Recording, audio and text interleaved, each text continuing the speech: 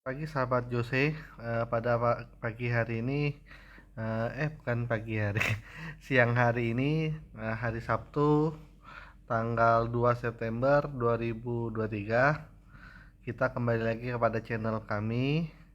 Ini kita hari ini membahas saham Pegas. Pegas kemarin ditutup di harga 1355, di mana 1 years-nya kita lihat ini sudah 1 years. 1 years ini menunjukkan posisi downtrend, di mana sudah kita mengetahui posisi downtrend, maka kita memakai alat yaitu Fibonacci retracement, di mana nolnya ada di paling atas di sini, dan satunya berada di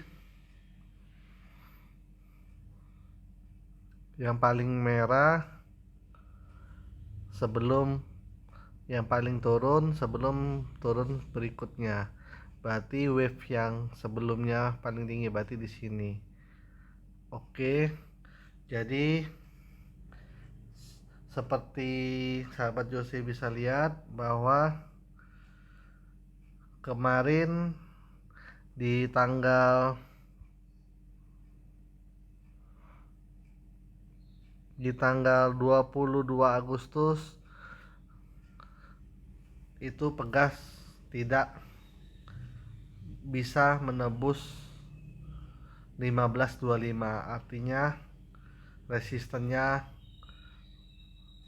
tidak jadi naik alias turun kembali, sehingga di mana ini resisten tersebut membuat pola Pegas menjadi downtrend kembali, di mana posisi sekarang di 1355. Dia kembali lagi ke posisi di mana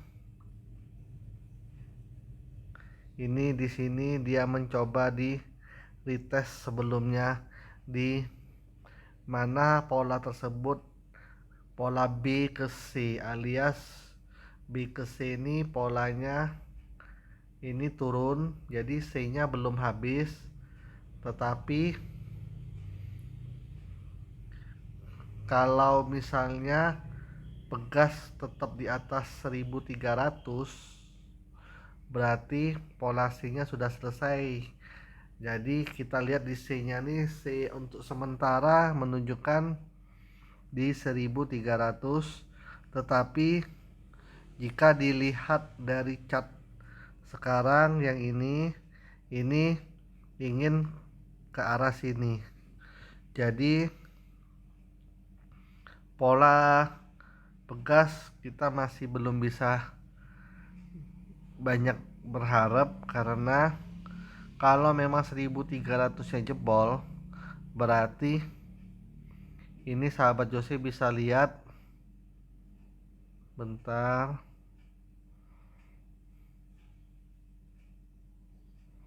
berarti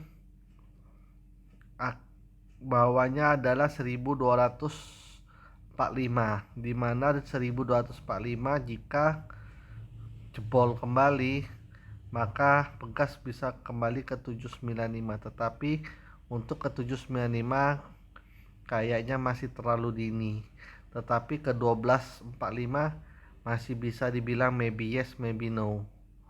Jadi masih 50-50, karena kemarin pola penurunan saham Pegas itu cukup signifikan turunnya, dalam waktu 1 week itu bisa turun sejauh itu. Jadi masih belum ada tanda-tanda kenaikan, tetapi ya kita mungkin menunggu harga Pegas di 1300 atau 1245 untuk level aman kita membeli saham tersebut, di mana posisi ini kita mungkin bisa estimasi bahwa harga tersebut masih bisa terjadi, karena terakhir ada berita keluar bahwa Pegas mengalami labanya tergerus. Oke, mungkin itu aja dari segi teknikal. Jadi posisi C memang sudah diketahui, yaitu berada di 1300, tetapi di mana C tersebut kalau dilihat dari penutupan kemarin 1355 ini sebentar lagi bisa mendekatin 1300 tersebut. Jika memang benar-benar jatuh di bawah 1300, maka Pegas kemungkinan besar akan turun kembali ke 1245. Oke, jadi dari segi chart kita bisa ambil kesimpulan bahwa Pegas entry buy best buy-nya di 1245, di mana posisi 1245 itu posisi best buy. Jika posisi spekulatif buy itu berada di posisi 1310, 1305, 1300, di mana jika posisi tersebut jebol maka boleh dibeli lagi di 1245 itu.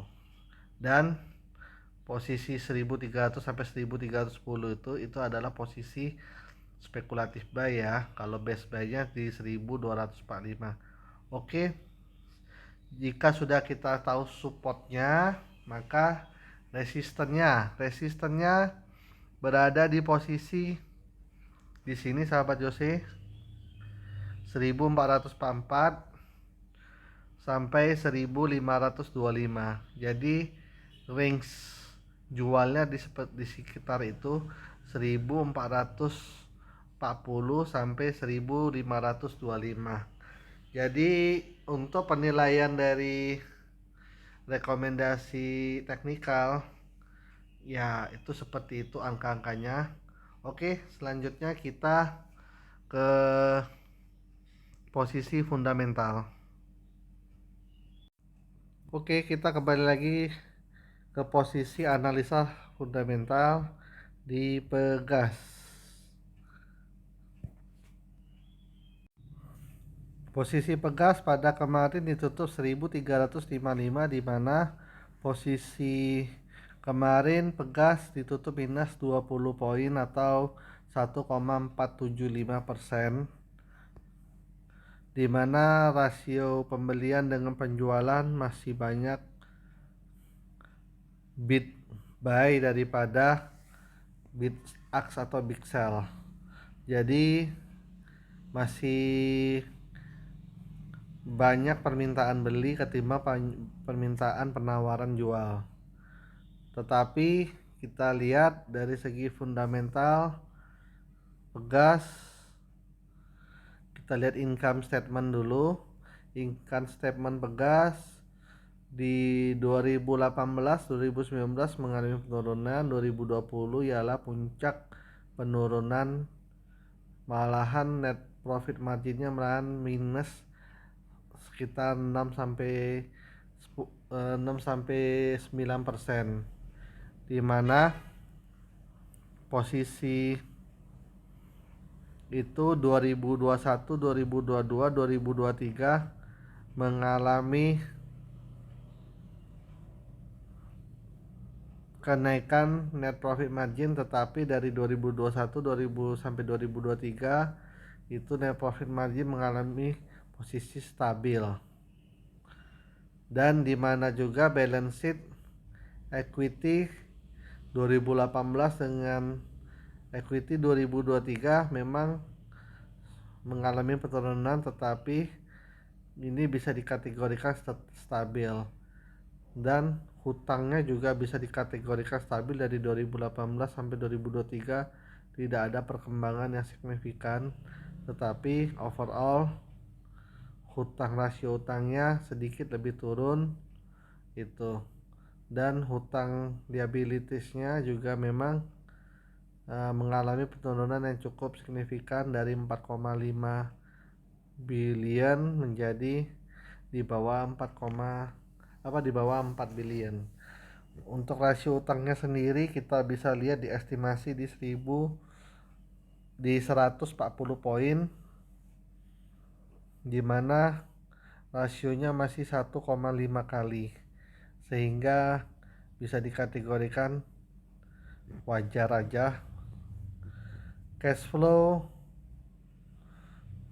di 2019 mengalami cash flow yang banyak mengalami pengeluaran, cash flow-nya tidak positif, dan di 2023 juga mengalami banyak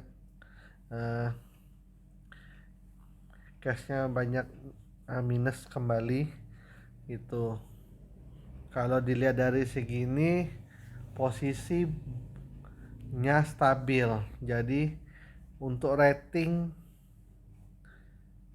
keuangan masih bisa dikategorikan B aja, biasa-biasa aja, tidak naik tidak turun, stabil aja. Kita lihat juga net labanya semester 1 mengalami penyusutan 39%, laba PGN itu news terakhir di tanggal 1 September ya. Jadi profilingnya Pertamina memegang 56,964%, shareholder composition yang cukup bagus atau wajar, di mana masyarakat 43,035% itu. Jadi memang melalui Pertamina dan negara Indonesia sendiri yang memiliki perusahaan tersebut, dipegang oleh pemerintah.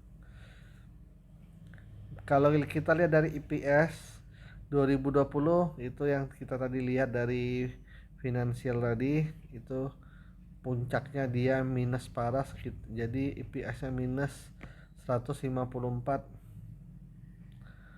per lembar saham. Tetapi di 2023 masih 180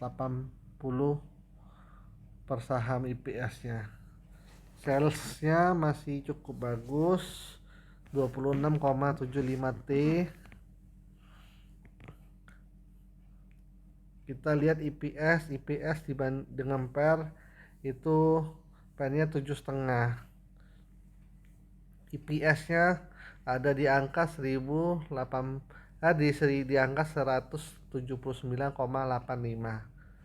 Berarti harusnya Pegas ini PER-nya bisa mendekati angka 10. Jadi harusnya memang Pegas masih bisa mengalami pertumbuhan dari segi harga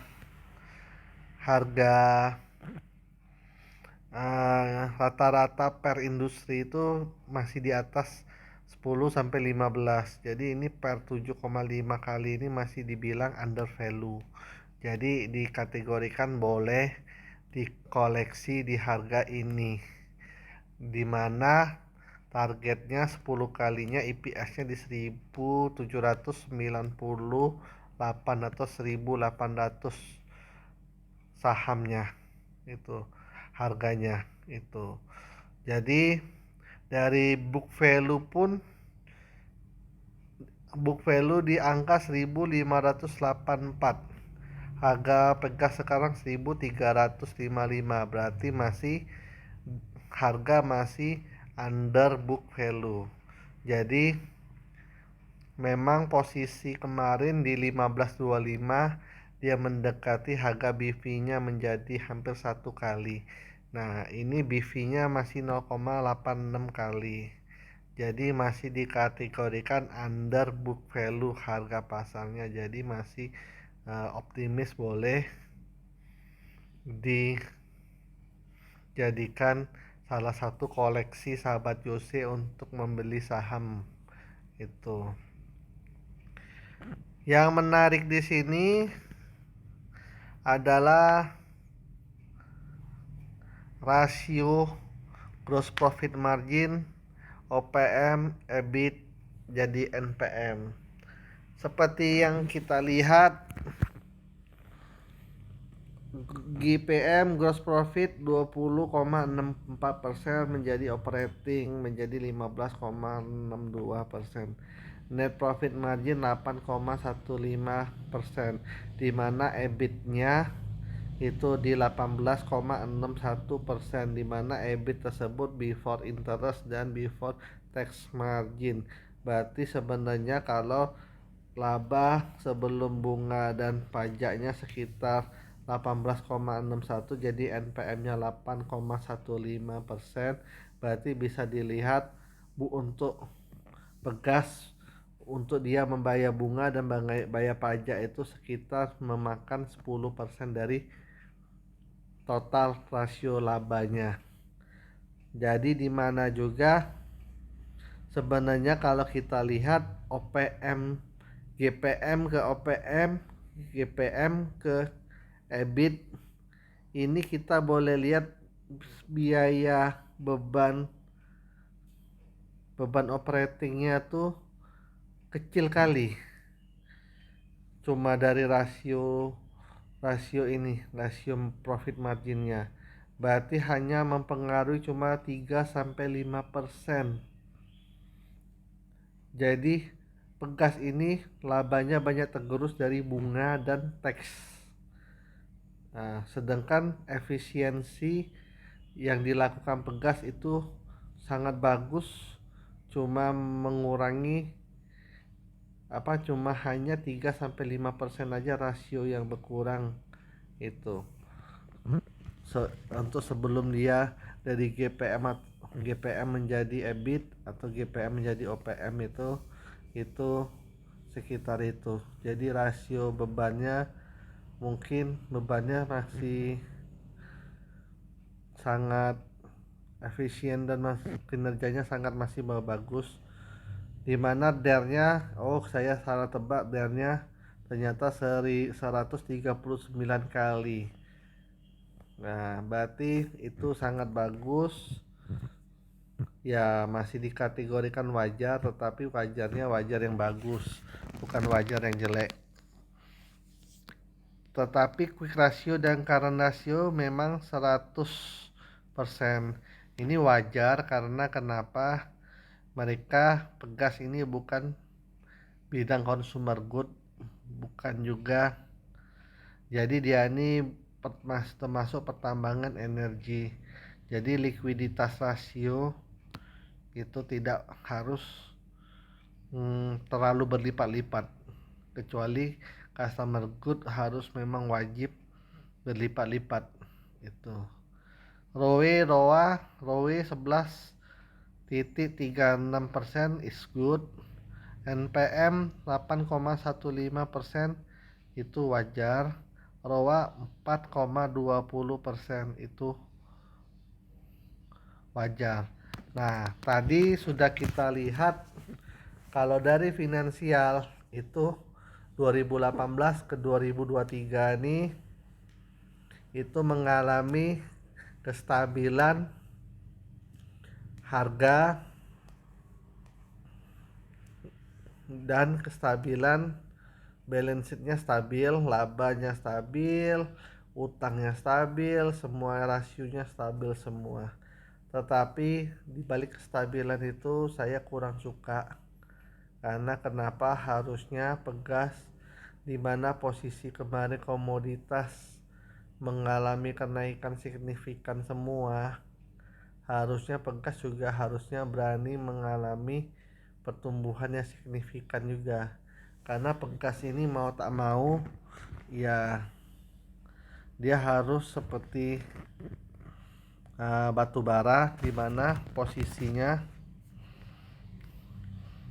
harus kemarin lagi berkembang itu, tetapi ternyata perkembangannya tidak maksimal.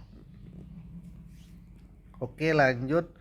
Jadi posisi yang tadi sudah B, karena kita lihat hanya berdasarkan perbandingan dari BV, dari EPS, NAVS dan NPM, semua itu saya bisa nambahin menjadi posisinya jadi B plus, dimana B plus ya kita lihat posisi harga sekarang 13.55 sebenarnya under value, jadi tidak sebegitu khawatir harganya bakal turun dalam lagi. Saya sih lihat tidak ada indikasi yang bikin dia turun sampai sedalam, tidak lagi, kecuali mungkin ada berita memang harga gas memang ngasih turun dalam, ya harus gimana, boleh buat. Tetapi kalau dilihat dari harga pegas itu, ya harusnya sih sudah tidak ada penurunan signifikan. Jadi oke, kita balik-balik. Itu aja yang bisa saya sampaikan di saham pegas, dimana pegas ini ya rekomendasi saya jadi B plus karena sudah under value, dimana pernya yang wajar di industri harusnya 10-15 kali, dimana EPS posisi 179, berarti harusnya setidaknya harga pegas bisa kembali ke 1700 sampai 1800, dimana harganya berdasarkan dari EPS itu dikali 10 kali. Sesudah dari IPS dan PER, PBV-nya juga 0,86 kali, itu juga murah, dimana posisi BV per share-nya ada di 1584, dimana posisi tersebut dikategorikan under book value juga, jadi boleh di buy. Dan dari NAVS juga 2077 itu juga harusnya under aset juga, under net aset, jadi harusnya memang harga sekarang itu pegas dikategorikan sudah dibilang murah. Tetapi yang saya tidak suka dari finansial ke statistik pegas 5 tahun itu, data 5 tahun itu menunjukkan kestabilan yang mentok. Jadi belum ada kelihatan ekspansif dan belum ada kelihatan di mana pegas menunjukkan kinerja yang semestinya, di mana kemarin sempat harga gas melambung tinggi tetapi dia tidak meresponnya dengan baik. Itu oke, sekian itu aja yang bisa saya sampaikan. Saya ucapkan terima kasih banyak kepada sahabat Jose yang selalu setia menonton channel saya. Saya berharap channel saya akan selalu bertumbuh, di mana para teman-teman selalu memberikan atau referensi ke teman-teman yang memang bermain saham, di mana channel ini berguna untuk masyarakat bisa mengetahui emiten tersebut berdasarkan analisa fundamental dan analisa teknikal, di mana posisi analisa tersebut jelas berdasarkan apa adanya data tersebut yang tersaji dan tersistem. Jadi saya tidak ada yang namanya menambah-nambah, mengurang-ngurangi ataupun melebih-lebihkan. Oke, jika ada pertanyaan bisa menghubungi saya di 082177096060. Please subscribe my channel. Saya berharap channel saya bisa memberikan manfaat dan selalu bertumbuh. Ingat sekali lagi, seluruh rekomendasi yang berasal dari channel ini bersifat disclaimer, alias tidak bisa dipertanggungjawabkan, karena saya tidak menghasut, saya tidak juga memaksa mengajak. Semua keputusan beli jual ada di tangan masing-masing. Semua hanya bersifat opini, yang hanya opini pribadi berdasarkan analisa dari data-data dari RTI Business dan Trading View. Saya tidak menambah-nambahkan dan tidak mengurang-ngurangi, saya hanya menjelaskan apa kondisi yang terjadi di dalam suatu emiten tersebut. Oke, saya ucapkan terima kasih kembali. Jangan lupa sekali lagi subscribe my channel, sebar channel saya ke teman-teman yang membutuhkan, daripada mereka tersesat dalam berinvestasi, tidak mengetahui arah di mana posisi saham tersebut, apakah turun, naik ataupun sebagainya. Itu sekian pada pagi hari ini. Salam sahabat Jose, salam cuan.